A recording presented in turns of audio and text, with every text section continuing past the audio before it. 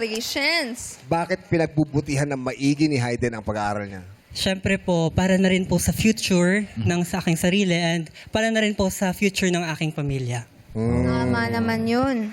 Eto kasi siyempre yung mga honor student na yan talagang tutok yan.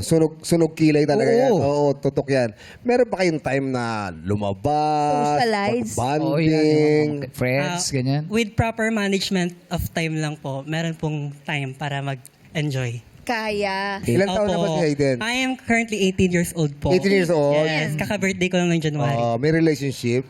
No January po. ka ba pwede mo lang ng January? January 4 po. Oy! Sabay tayo! Yes! Magka-birthday tayo. Kaya pala parehas kaming kulot nito. Pwede buhok mo dati. Oo, kabuho ko to eh. Isa pala supplier pag January 4. Yay! Oo, balita namin, Excellence Awardee ka daw. Yes po, nagsimula po ito noong grade 11 po ako kasi po Nang ano? grade 11 senior high school po. Grade 12 po ako ngayon. Excellence awarding in? In spoken word poetry po. Oh. Filipino man po yun. Ay, wow. Pwede mo ba kami sample lang pabigyan? Sample! Nga naalala ko. Sample! Oh, short lang. Oh, Pwede ay, pong ano kapit lang? ka. Malaglag ka po. Kahit one verse lang, okay na po yun. Oh, sige, Yes, go, sure. go, go. Ito po ay about sa makabayang pagtula. Ang title po nito ay Wikang Nagpalaya. Sa bawat titik at bawat salita, wait lang, mental block po ako. Okay na tayo. Naglag lang. Oo. Oh. Sa bawat titik at bawat salita, Wait, nakakalimutan niya. Balikan na lang muna natin sa... Hindi ko kaya Okay, kaya. alam mo na Ano, sila. Ano yan? Okay. Sa bawat titik at mga salita, sa bawat titik at bawat salita, Makakabuo ka ng A, B, C, D, E, F, G. tama. Sa bawat titik at bawat salita, meron kang magagawang himala. Uy, ang galing mo. Ay! Sa himalang yon, dapat gawin mo ito ng tama. Kung hindi, ikaw ay... Mapapariwara. Oh!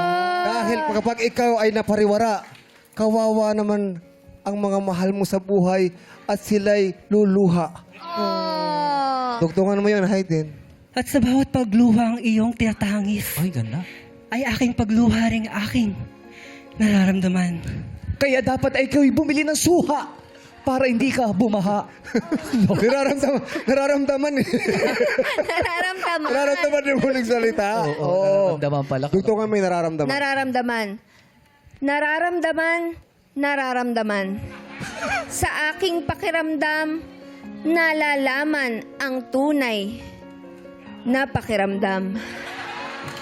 At ang iyang pakiramdam na yan, kapag dinere-derecho mo, babalik ka sa salita at sa titik.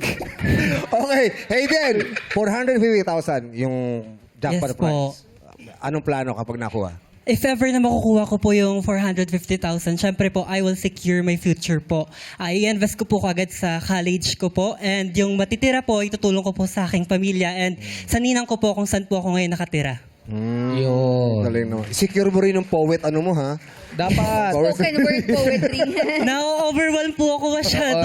Kabisado ko po yun kanino. Okay lang yan. Ang importante, nag-aaral lang mabuti. Yay! Nagawa ang best at hindi sinasayang ang pinagpaguran ng mga magulang. Yes. Yes, Yes. tama Butihan po. mo pa, Hayden, ha? Yay!